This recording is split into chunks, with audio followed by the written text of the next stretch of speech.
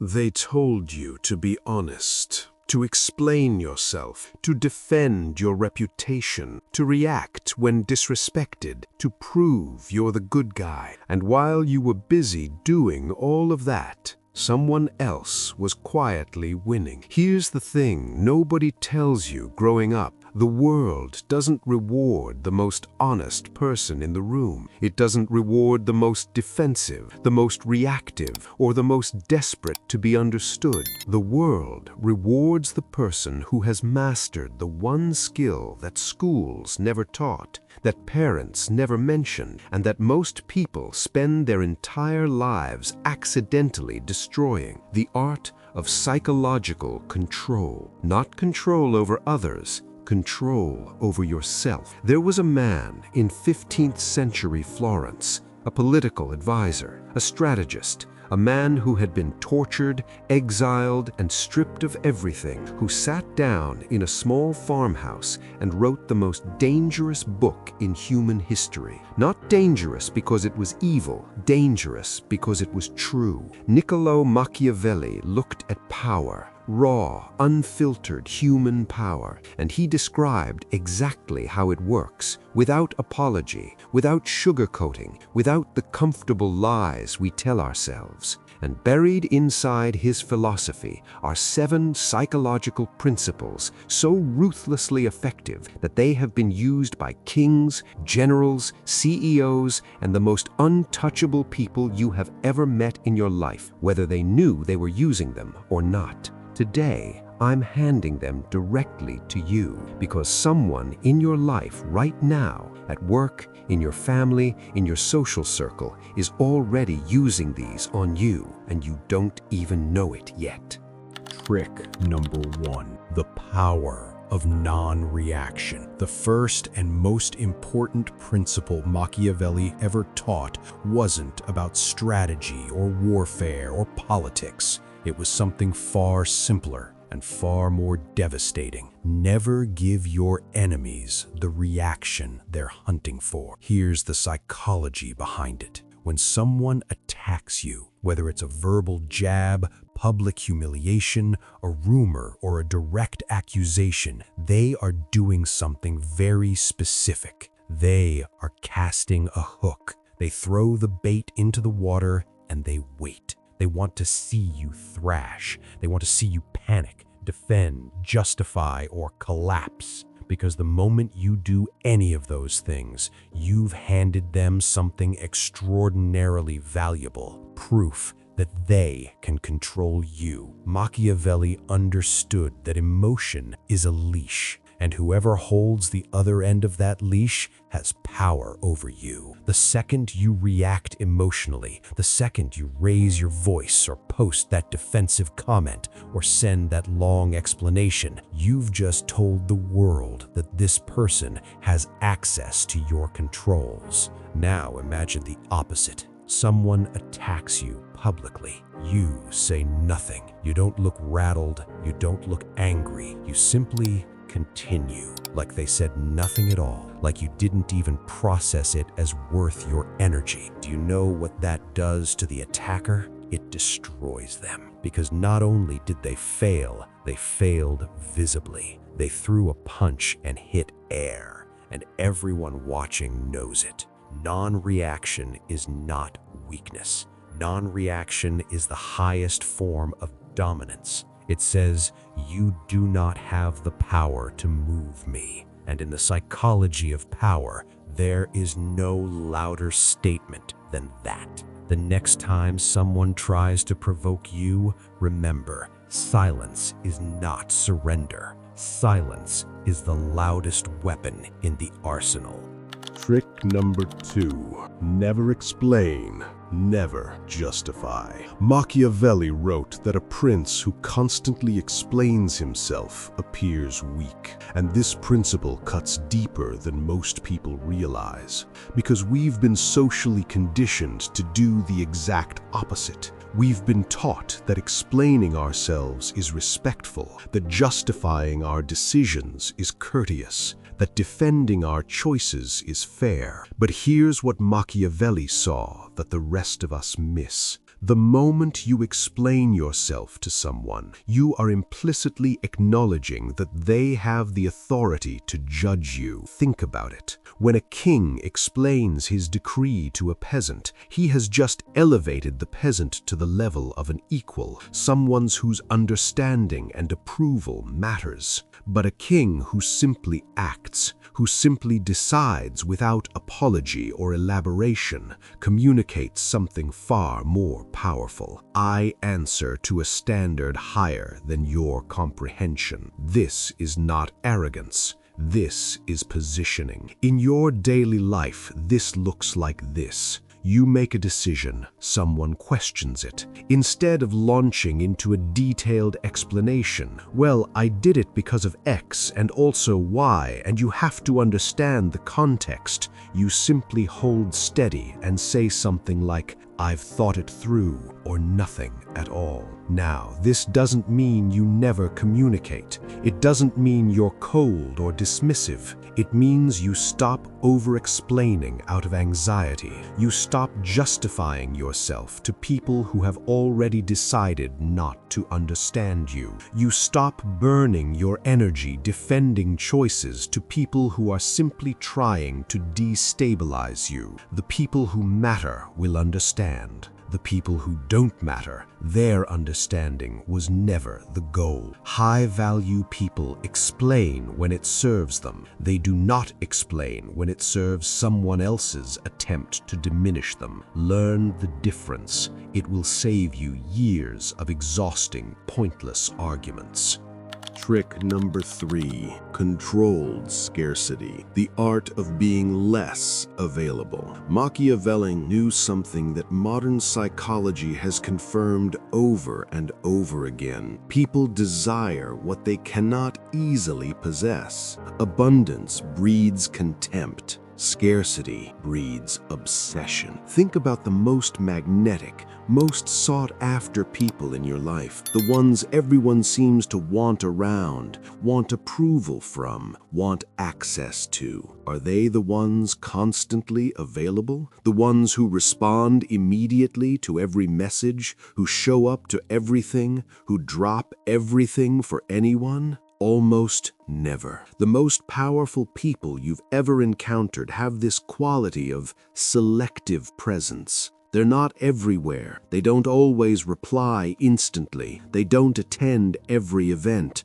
And this has a profound psychological effect on everyone around them. Their time feels precious. Their attention feels like a gift. Their presence, when it does appear, carries weight. Machiavelli wrote that a prince should not make himself too accessible to his subjects, for familiarity breeds contempt. And this is psychologically true. When you are always available, always responsive, always eager, you inadvertently communicate that you have nothing more important going on, that you have no other priorities, that you need the interaction as much as the other person or more. Controlled scarcity is not about playing games. It's not about being cold or fake. It's about understanding that your time and attention are genuinely valuable and treating them accordingly, even when other people are trying to convince you they're not. Pull back strategically, create space, let people wonder. You will be shocked at how differently they treat you when they're no longer certain of your constant availability.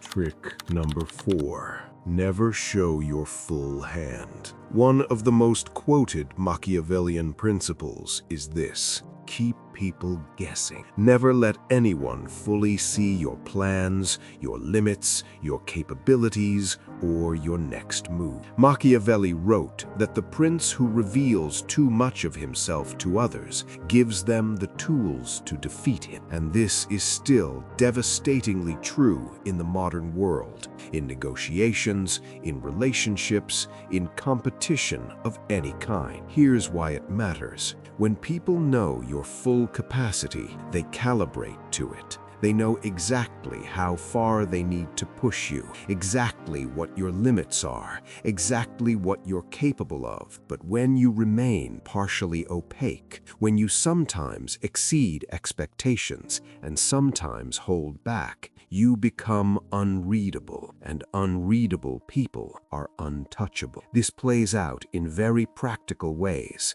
In negotiation, never reveal your walkaway point. In competition, never broadcast your full strategy. In relationships, never lay out every insecurity and fear in the first month. In your career, never let anyone be completely certain of what you're willing to accept. The goal is not deception. The goal is depth. You want people to feel that there is more to you than what they've seen, that beneath the surface there are layers they haven't accessed, that you are not a simple, fully mapped territory, but an interesting, slightly mysterious landscape. Mystery is one of the most powerful social currencies in existence. People are drawn to what they don't fully understand. And when you stop compulsively oversharing, over-explaining, and over-exposing yourself, you suddenly become someone worth figuring out.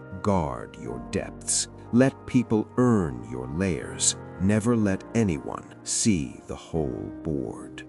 Trick number 5. Strategic silence as a weapon. Machiavelli didn't just advise silence in the face of attack. He understood silence as an active, offensive weapon, not the absence of communication, but the deliberate, strategic deployment of saying nothing as a means of creating pressure, uncertainty, and leverage. Here's the principle at work. In any conversation, any negotiation, any conflict, there is tremendous psychological pressure to fill silence. Most people cannot sit in silence comfortably. It makes them anxious. It makes them feel rejected or ignored, or that something is wrong. And when people are anxious, they talk. And when people talk to fill silence, they overshare, they reveal, they negotiate against themselves. They give away information they never intended to give. This is why the most skilled negotiators in the world have one technique they use above all others. After making their point,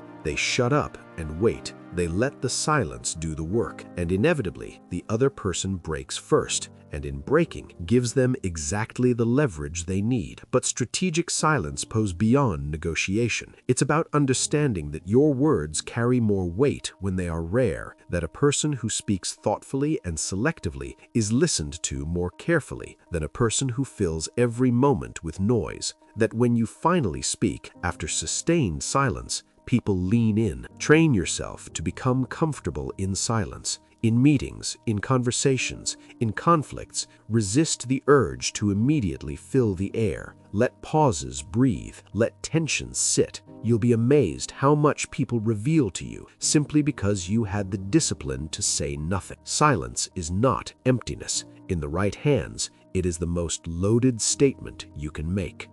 Trick number 6. Use indifference as armor. Of all the Machiavellian principles, this one disturbs people the most because it requires something that feels almost inhumane: cultivated indifference. The ability to genuinely not need the approval, the validation, or the fear of others. Machiavelli wrote that it is better to be feared than loved, but he also wrote something that gets quoted far less, that the ruler who needs to be either feared or loved is already compromised. The truly powerful man is the one who has moved beyond the desperate need for either. Think about what it would mean to truly not need someone's approval, not in a performative, I don't care what you think defensive way, but genuinely, at your core, not requiring their validation to feel settled in yourself. Imagine how free you would be. Imagine how impossible you would be to manipulate.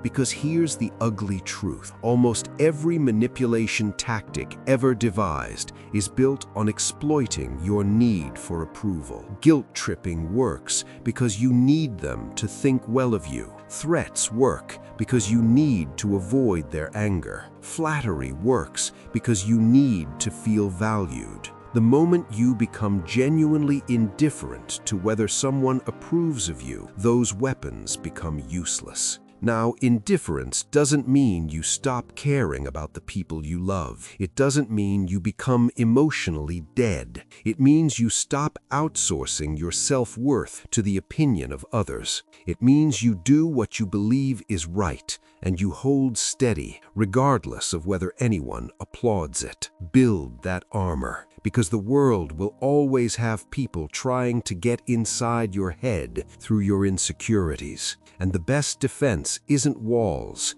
it's the quiet, unshakable knowledge that their opinion of you simply does not determine your reality. Trick number 7. The long game. Patience as the ultimate power move.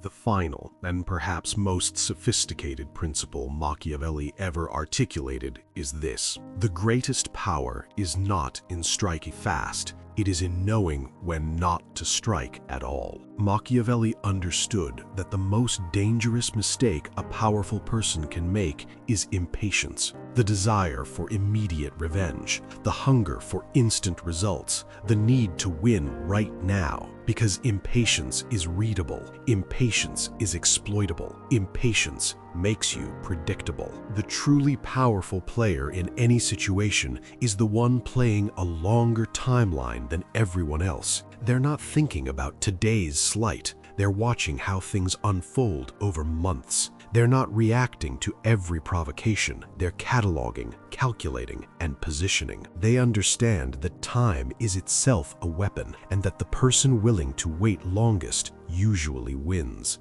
This shows up in every arena. In relationships, the person who pulls back and gives space often regains leverage over the person who pursues desperately. In business, the negotiator who can walk away and genuinely wait breaks every deal in their favor eventually. In social conflicts, the person who doesn't respond to attacks often watches their attacker destroy their own reputation over time. Machiavelli wrote that a prince must know how to wait, for time brings about all things. This is not passivity, this is strategic patience. It is the discipline to let a situation develop before you intervene, to trust that the right moment is coming, and to preserve your energy until it does. Most people burn themselves out fighting every battle. The Machiavellian player is selective, cold, calm, and willing to wait. They strike rarely, but when they do not miss. And by then,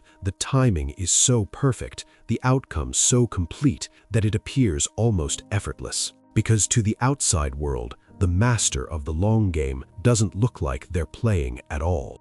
So there you have it, 7 principles. Not from a self-help book, not from a motivational seminar, from a 500-year-old Florentine strategist who understood human nature so deeply that half the world still fears his name. Non-reaction, never explaining, controlled scarcity, guarding your depth, strategic silence, cultivated indifference, and the patience of the long game. None of these are about being cruel. None of these are about manipulating innocent people. Every single one of them is about one thing: protecting your power from those who would take it from you. Because the world is not always a kind place, and the people in it are not always operating in good faith. And the most dangerous thing you can do, the thing that makes you most vulnerable to those who would use you, diminish you, or destroy you, is to play emotionally, reactively, and without strategy. Machiavelli didn't write The Prince as a confession, he wrote it as a warning, and 5 centuries later, every word of it still applies.